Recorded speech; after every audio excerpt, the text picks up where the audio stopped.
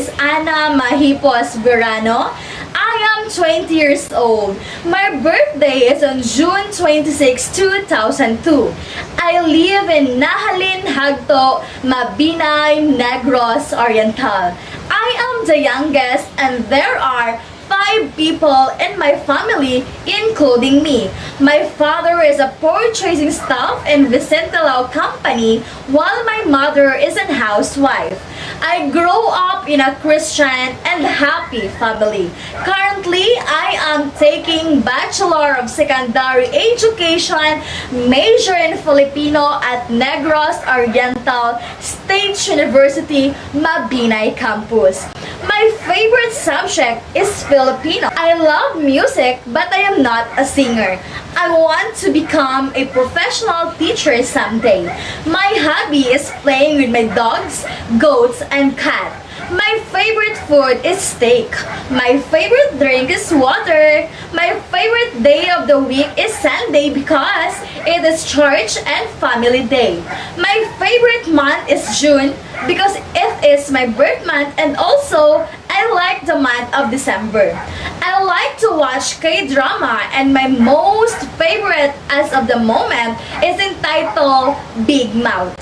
The most beautiful things happen in my life is that I am able to see the world again from the worst nightmare I've been through last year. And yes, this is my second life. Everybody, please bear with me as I will present to you my video presentation on task number 6. As we are tasked to look for universities or colleges in Philippines and to our chosen country and look for their 1. Physical plant, 2. Student services and development, 3. Graduation rates, number 4 is employability status. For the information of everybody, true, there's a lot of colleges in Philippines. I choose University of Philippines, Los Baños. And in Iceland, which is my chosen country, I choose University of Reykjavik. And now, let's start in number 1, which is to look for their physical plant. But before anything else, let me introduce to you and give a brief background knowledge of my chosen university in Philippines, which is University of Philippines, Los Baños. The University of Philippines, Los Baños is located in Los Baños, Laguna, Philippines. The University of the Philippines, Los Baños is a public research university located southeast of Manila. The university traces its roots to the UP College of Agriculture or UPCA, which was founded in 1909 by the American colonial government to promote agricultural education and research in the Philippines. And now, let me present to you the physical plant of University of Philippines, Los Baños. Number 1, they had library system. The library uses ILIB or UP Integrated Library System to access, catalog, and circulate the library materials. Online Public Access Catalog or OPAC is an easy way to search for library resources such as books, periodicals, indexes, theses or feasibility studies, and electronic materials. Number 2, they had computer terminals or CAET library. Users have access to 19 computers with internet access inside the library. Number 3, UPLB had a Wi-Fi. Library is a place where you can connect to the internet via the University of Philippines, Los Baños Wi-Fi. 4. Carrels. Individuals' carrels provide privacy and increase working area for users. Number 5.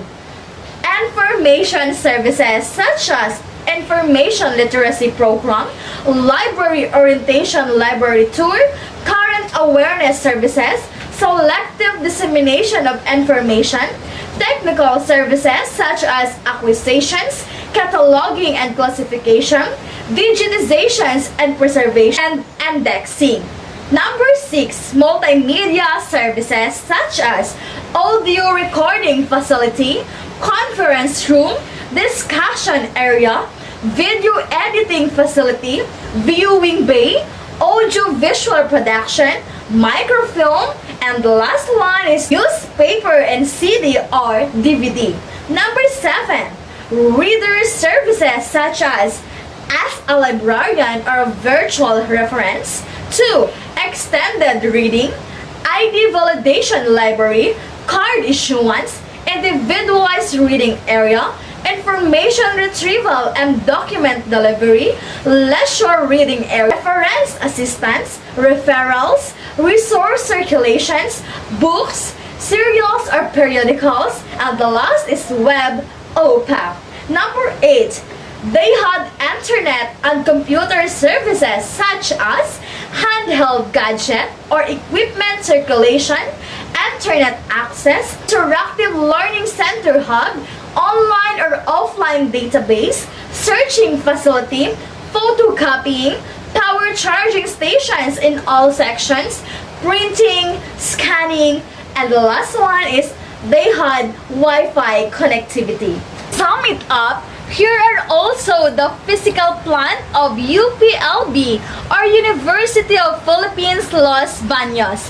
Number 1, admissions and marketing and promotion.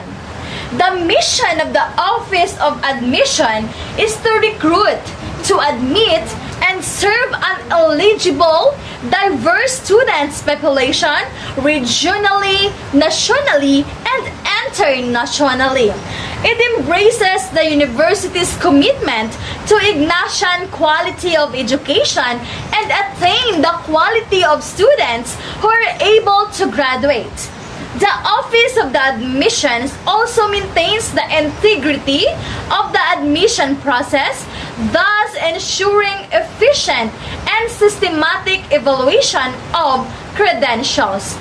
Through multiple recruitment strategies of the Office of the Admissions works to ensure that eligible students have access to higher educations. Number 2, alumni and external affairs and public relations. The External Affairs and Public Relations Office is responsible for developing and maintaining relationships between internal and external key stakeholders such as but not limited to the following: government agencies, non-government agencies, or non-government organizations or NGOs, international bodies, and industries. It is responsible for enhancing the university's public image and brand. In line with relationships with both internal and external key stakeholders, the office organizes and attends invitations to external affairs events and meetings and coordinates internal and external engagement and represent the president in meetings and other fora and liaises at all levels, internally and externally, as directed by the president. It helps coordinate the university's effort to position itself strategically in the minds of the public and private sectors. Number 3 is campus ministry. Number 4, community development service. Number 5, culture and art. Number 3 is the campus ministry. Number 4, community development service. Number 5, culture and arts. Number 6, management information system. Number 7 is the MSTP and ROTC. Number 8 is the registrar. Number 9 is the physical plant. And number 10 is the quality assurance. That was the UP Los Baños physical plant. And now, let's discuss the physical plant of University of Reykjavik in Iceland. University building offers an optimal study environment, support services, study areas, coffee shop, and gym. Set in one of the most beautiful areas of Reykjavik, right next to Iceland's only geothermal beach, the newly built campus offers students modern first-rate facilities. The building has well-equipped classrooms. Students have 24-hour access to spacious study facilities, and the student computer facilities are exemplary. In addition to a number of computer labs, wireless internet connections are available in all buildings. Our thriving campus is friendly and welcoming with over 3,000 students with 500 dedicated faculty and staff who you will find welcoming and extremely helpful. Campus facilities in University of Reykjavik are number 1, IT facilities. Their IT services provide a range of computer facilities to help you study. IT or information technology suites are located across campus, many with 24 access. IT facilities also include wireless network, extensive printing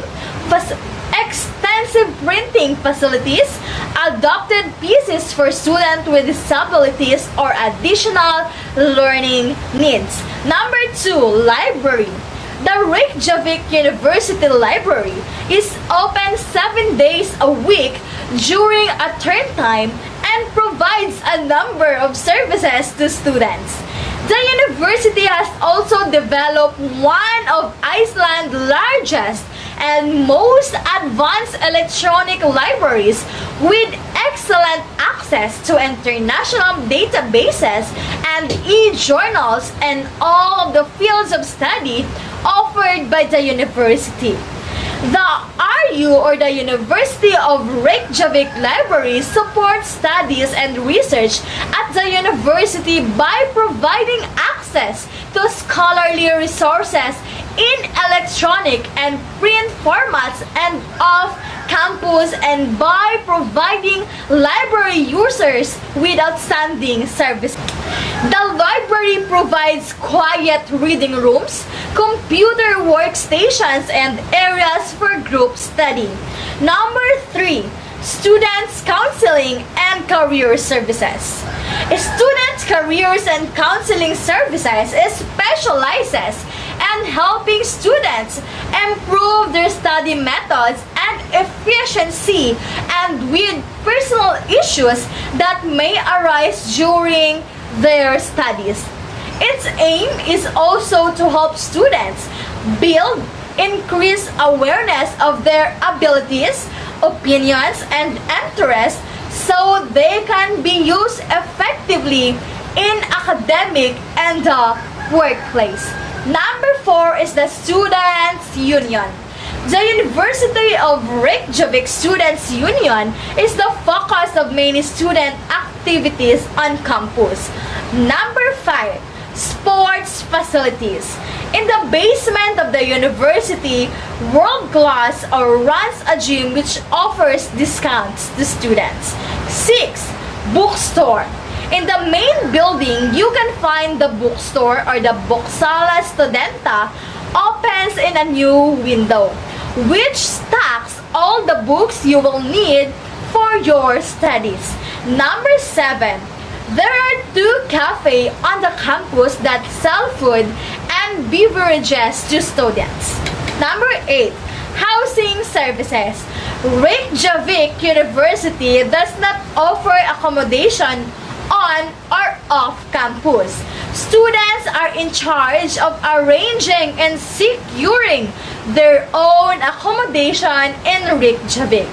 They strongly recommended you to begin this process early as there is a lot of competition for student housing in Reykjavik, particularly before the autumn term. Number 9, The International Exchange Office. The International Exchange Office provides supports and assists with finding housing. The International Office has a list of houses offering a special rates for students renting during the off-peak season. Finally, I'm done discussing the UP Los Baños and University of Reykjavik physical plants. Let's now proceed to number 2, which is students and services and development. Let's start on UPLB, or University of Philippines Los Baños. The University of the Philippines Los Baños Office of the Vice Chancellor for Student Affairs assists the UPLB Office of the Chancellor in promoting the welfare and maintaining discipline among students. The UP Los Baños Office of the Vice Chancellor for Student Affairs is at the forefront of crafting and providing projects and activities that concern student services, such are but not limited to food service, guidance and counseling, learning assistant and tutorials, scholarships, student complaints and grievances, student housing, student organizations, and student ethics. Recognizing the power and necessity of the voice of the student tree, the office also participates in and promotes campaign and initiatives led by the university student sector and service of the Filipino people.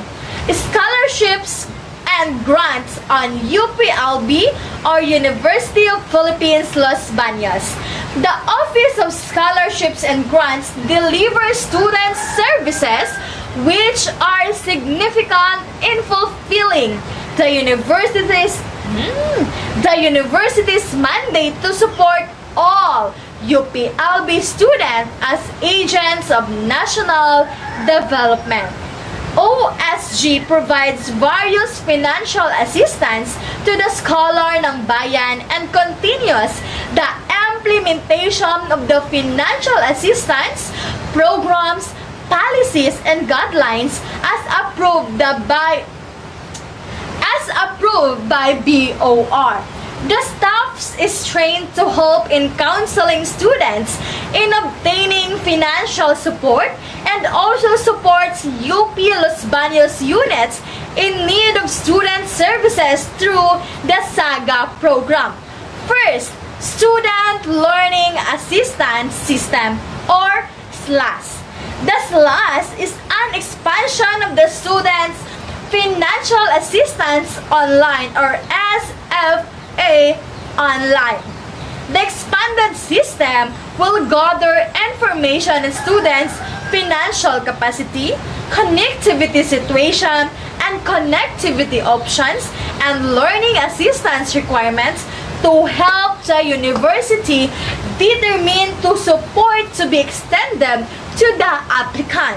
Second one, the private and government-funded scholarship grants for the UPLB students' development.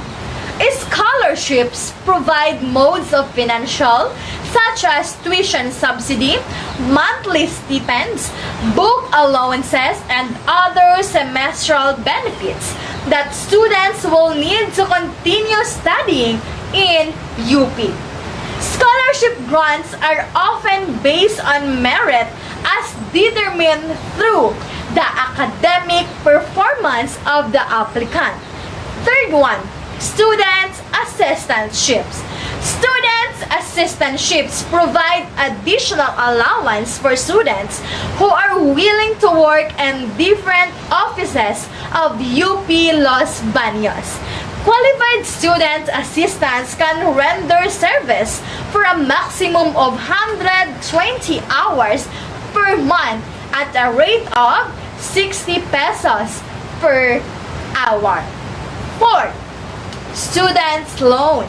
Students who experience difficulties in relation paying their tuition and academic-related expenditures may apply for student loans at student-friendly payment schemes. Fifth, financial assistance for students contingencies program.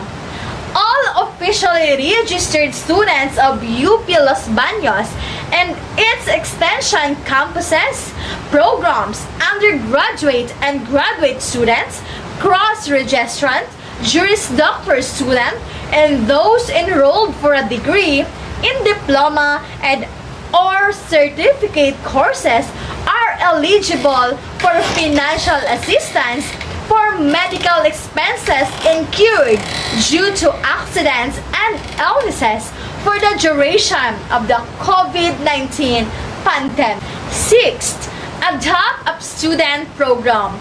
The program through the Los Baños Committee on Scholarships and Financial Assistance grants additional allowances to students with urgent financial needs during the semester, depending on the financial status of the beneficiary. The committees can provide at least 2,000 pesos per month to each qualified student. Seventh, DOS Core Group. The core groups attends to the DOS scholars who are enrolled in UPLB. It monitors the scholars' academic performance, facilitates the release of their stipends, and manages the Science and Technology Learning Assistance Program. Number 8, Student Housing. UP provides comfortable, accessible, and affordable accommodations for underprivileged students and students from far provinces through the Office of Students Housing or OSH. OSH, or the Office of Student Housing, manages 12 residence halls on campus.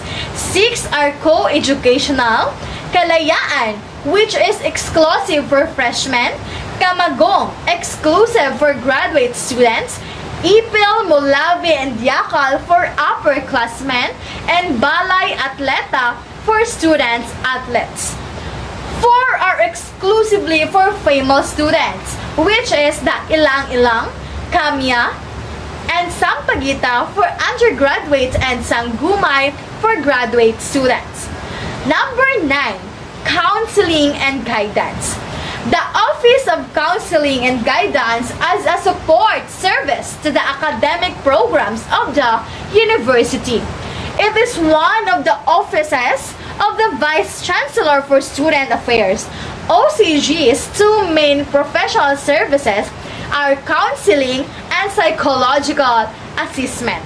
It also coordinates the annual university job fair. OCG's counseling services are available to help students adjust to university life, make important life choices, and embark on the task of defining and pursuing their life goals. Students either come voluntarily for individual counseling or are referred by their teachers and or college. College referrals for intake interviews as well as processes for admission and applications for non-major and shifting can also lead to counseling. Counseling can be done either individually or by group to address students' academic, career, personal, interpersonal, and family concerns toward overall improvement of their health, well-being, and outlook. Number 10, Student Ethics.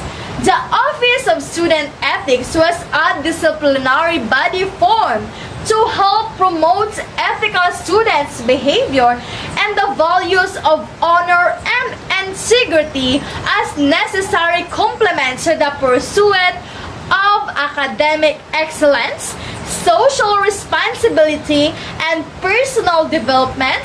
Formerly the Student Disciplinary Council formed by the Chancellor under the administrative supervision of the Vice Chancellor for Student For student affairs, the OSE is the disciplinary arm of the university.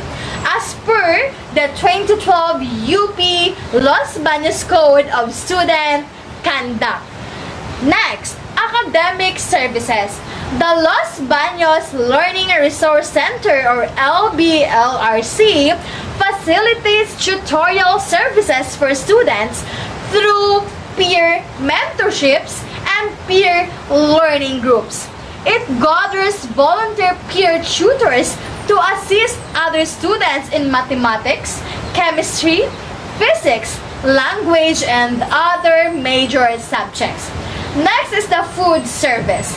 The University Food Service or UFS serves nutritious, safe, and wholesome and reasonably priced food to students, faculty, staff, and guests. Supervised by professional nutritionists, dietitians, UFS prepares and serves value meals as well as bakes and sells a variety of products such as cakes, pies, pastries, cookies, breads and rolls, and provides catering services for occasions within and outside the University of Los Baños campus. And now, here is the Reykjavik University on Iceland Student Services and Development. Student Services.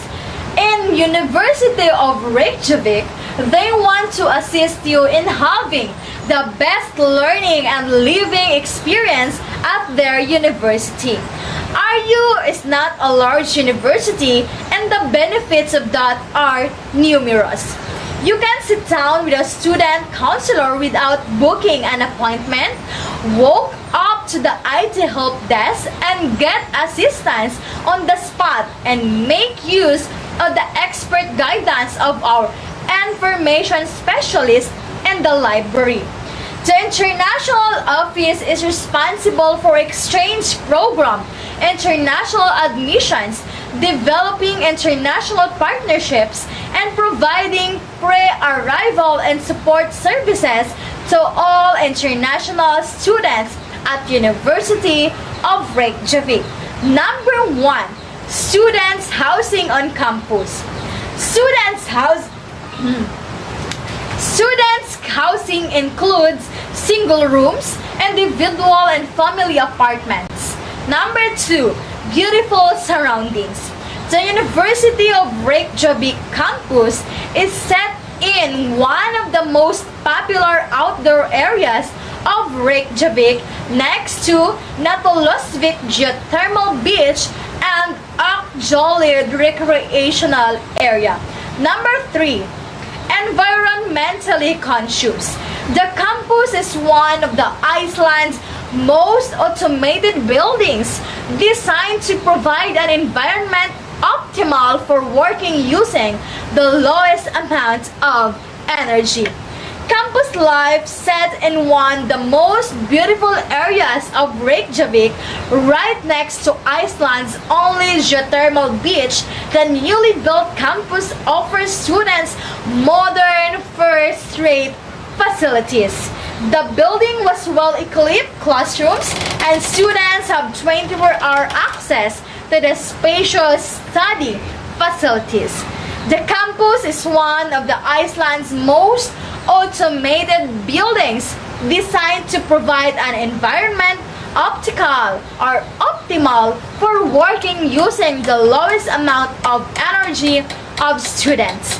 A breath of fresh air, intelligent lighting system, beautiful surroundings are present in University of Reykjavik.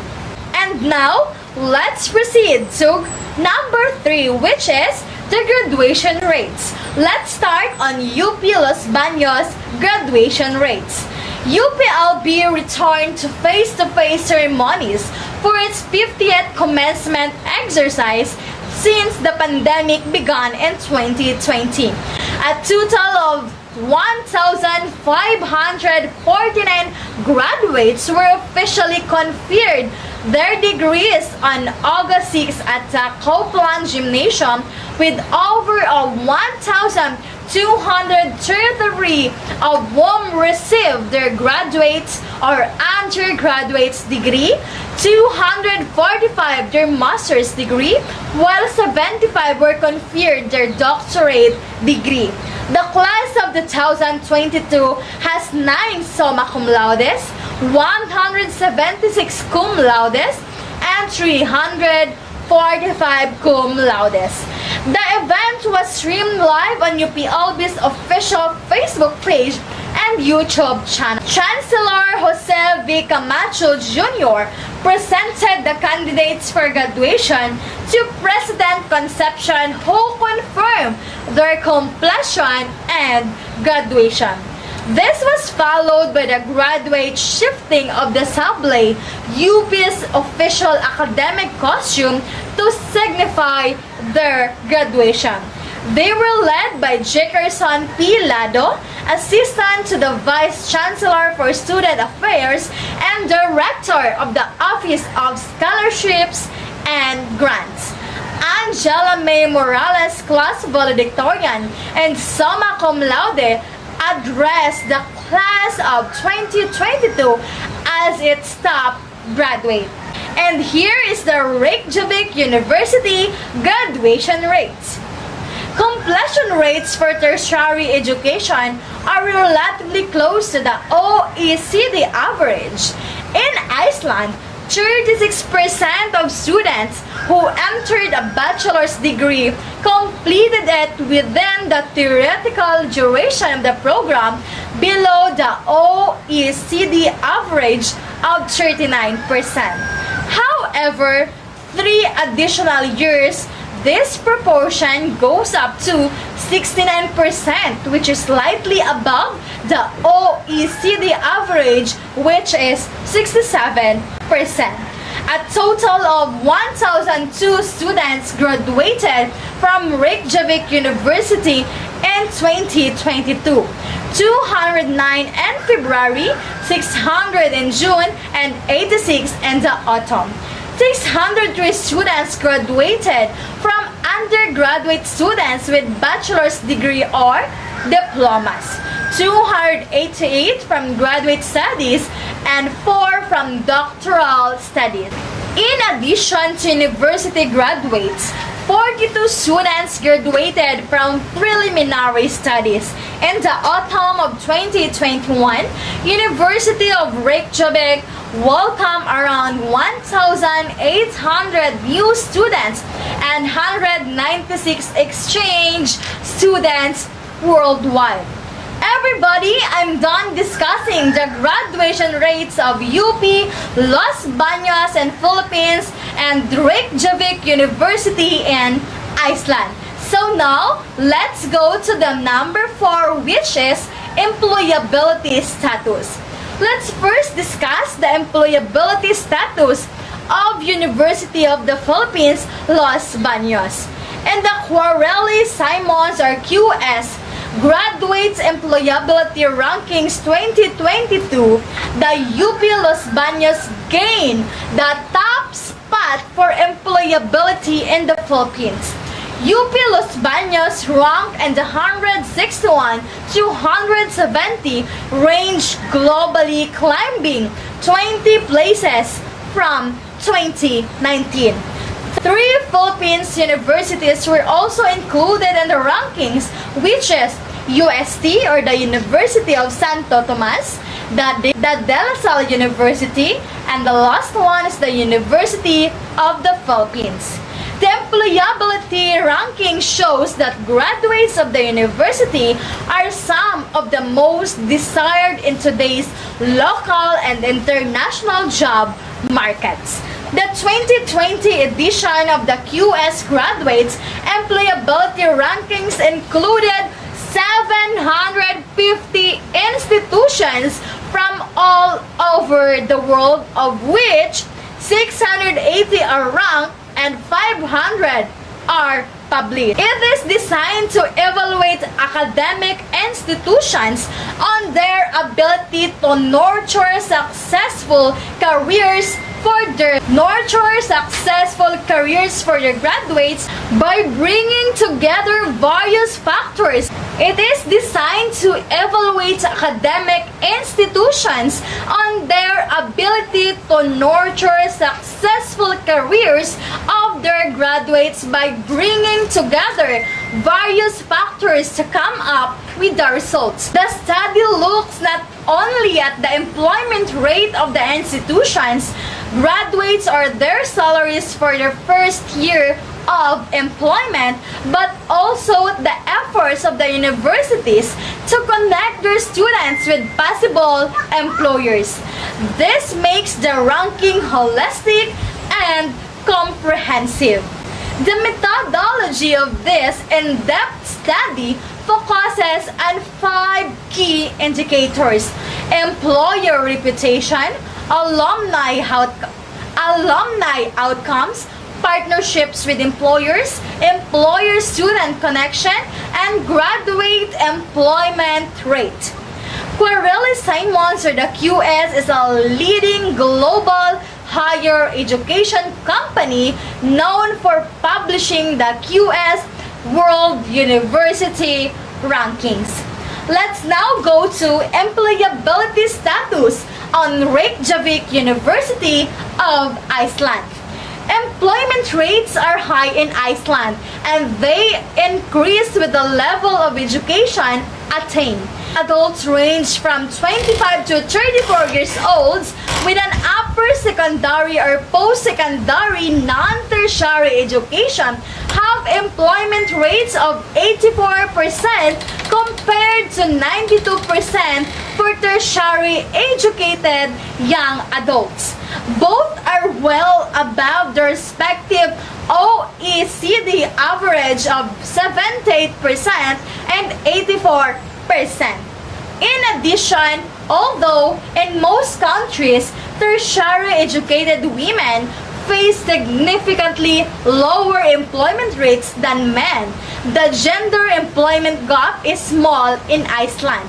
Employment rates are 93% for tertiary educated men compared to 89% on average for OECD countries and 92% for women compared to 81% on average. In 2016, Iceland spent 5.6% of its gross domestic products, or GDP, on educational institutions from primary to tertiary level, which is above the OECD average of 5.0%. A substantial share of expenditure on education institutions comes from public sources at all levels, from primary to tertiary. For primary, post-secondary, non-tertiary education, as much as 96% of expenditure comes from public sources compared to 90% on average across OECD countries. And at tertiary level, that share is 89% compared to 66% on average. The University of Iceland is in place 162 on the Times Higher Education list over the best universities for delivering work-ready graduates according to a large group of international corporations. This is according to Global University Employability Ranking and was designed by the French Human Resources Consultancy, emerging in collaboration with the German and consulting and market research company Trident.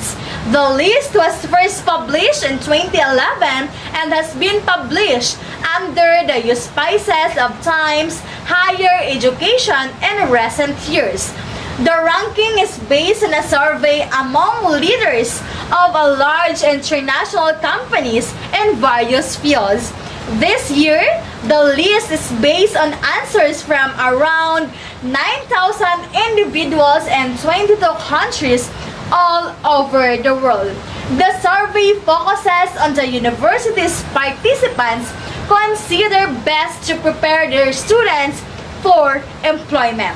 The list is considered to give an important insight into how well the universities are connected to the economy and society, and how well the students are prepared for participation industry.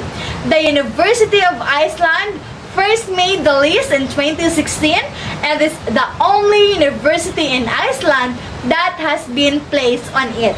A total of 150 universities are on the list of Higher Education Global University Employability Ranking. The University of Iceland is in 162 place as mentioned above. It was ranked number 182 last year to compare. Active participation in society and industry is one of the main goals of the university's strategy, and various steps have been taken to strengthen the ties with the Icelandic job market. One such step is the University of Iceland in Reykjavik Career Connection, a platform where is for increasing opportunities for students to put their knowledge and skills from their university studies to good use on the job market, thus strengthening even further students and researchers' collaboration with the field, institutes, and industry.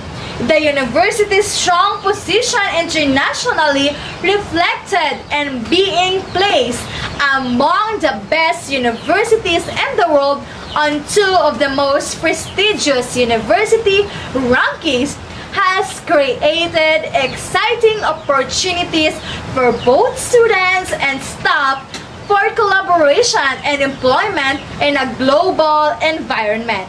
It says by John Atlee Benedictson. Iceland has both the highest employment rate of any OECD country and the fastest rate of increase in employment according to a new OECD report.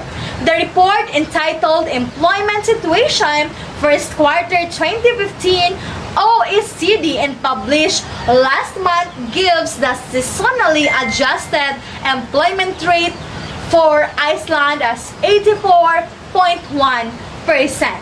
This is 18 points above the OECD average of 66.1%. Iceland is followed in the list by Switzerland 80.4%, and Switzerland has only 75.2%. As well as the overall highest employment rate, Iceland has also seen the greatest increase in employment since the last quarter of 2014. And that would be all my task number 6, which is the comparison of chosen university in Philippines and University of Reykjavik in Iceland, which is my chosen country. Thank you so much for watching. See you soon on my next video. Goodbye!